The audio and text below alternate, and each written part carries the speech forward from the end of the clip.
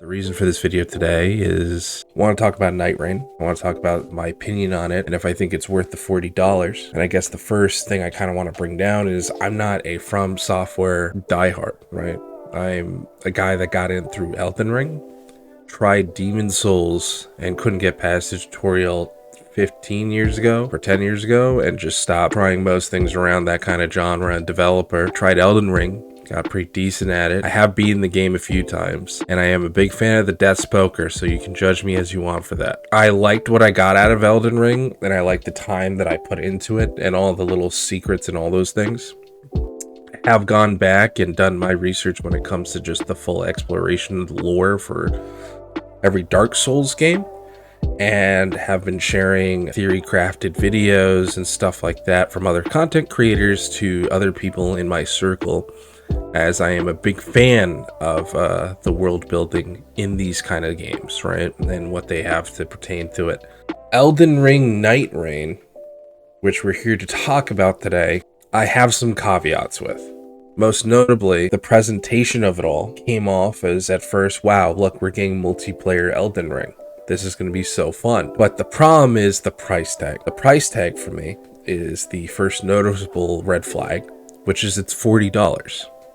And it can cost even more if you get the DLC version, right? Or whatever comes with extra content. And the reason that $40, even though it's lower than industry standard at this time, is problematic is for one reason. And that's because this is extremely and heavily an asset flip version of Elden Ring with multiplayer components.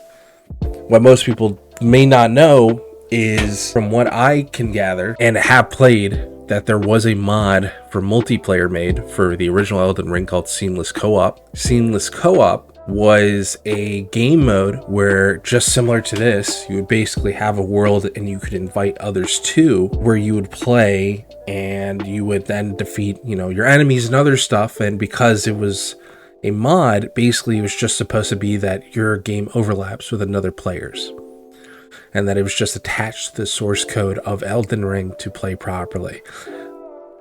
What it sounds like happened is From Software may or may not have collaborated with the people of this code to make this game.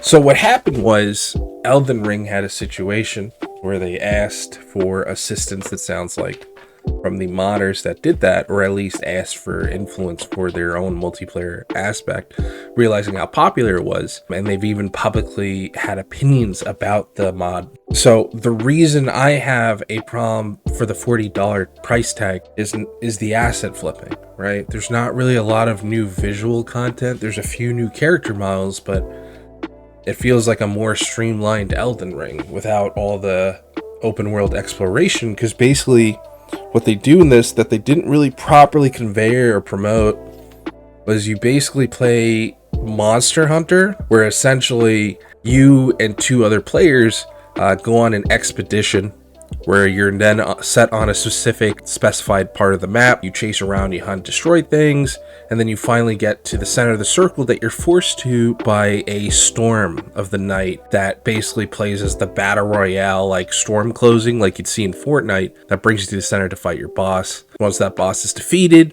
you get some new stuff and new items, just like you did while you were exploring, and then you go on to the next night, and then you fight a boss, and that's how the expedition kind of ends. It's not something that was promoted properly.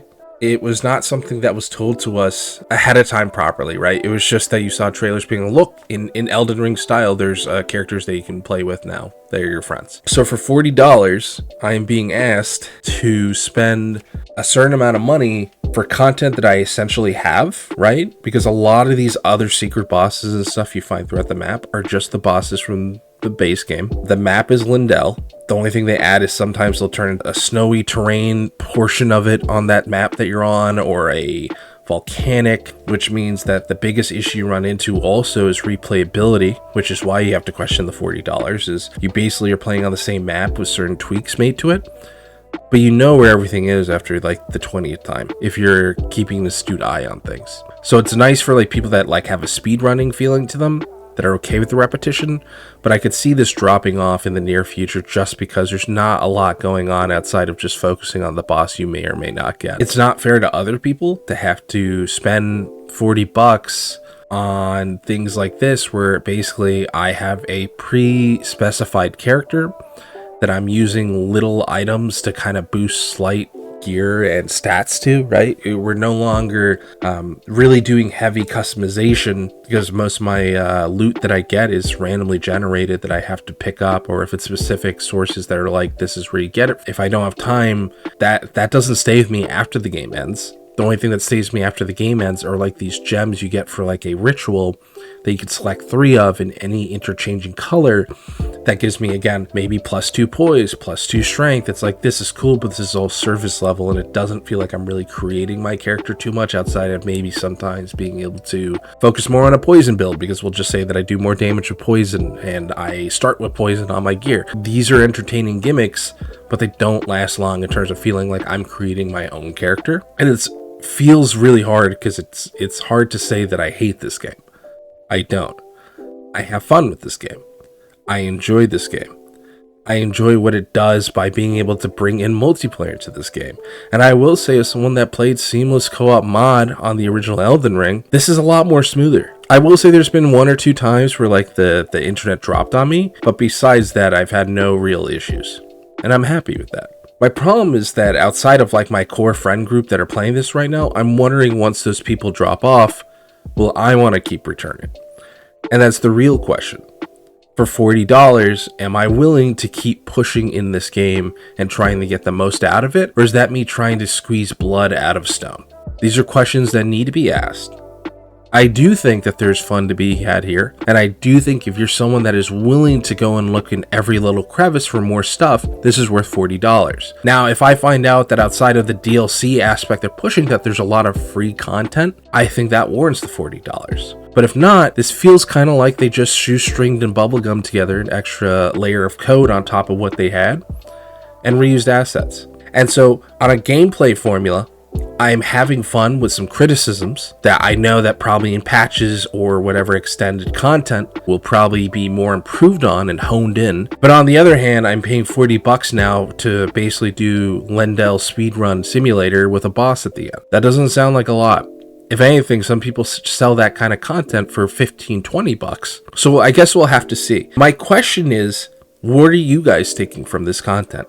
What are you guys taking from Elden Ring the way it's going? Because it does seem like they're listening to fans, as even though that they do their own thing, they clearly want to have proper communication. And that led into what we got now, which is a Monster Hunter Battle Royale roguelike inspired game that ends up being fun, but also seeming to miss the mark on really hitting a full landing on its execution.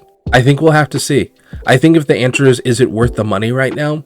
It's in the middle. It's a yes or no question, and it feels more subjective than just saying it's bad, it's not worth your money, or it's good, please spend the $40. I really think it's going to come down to a person-to-person basis, and I would like to do an update on this. I think maybe in a year, if there's more content that comes out, I can give a more fleshed out opinion. But I do think at this time, if you've played Elden Ring, you probably have friends that you've been in a community with that you've been talking to about it. I would pick up the game at this time. If you're someone that is not entirely into From Software games, you shouldn't be spending $40 on this game.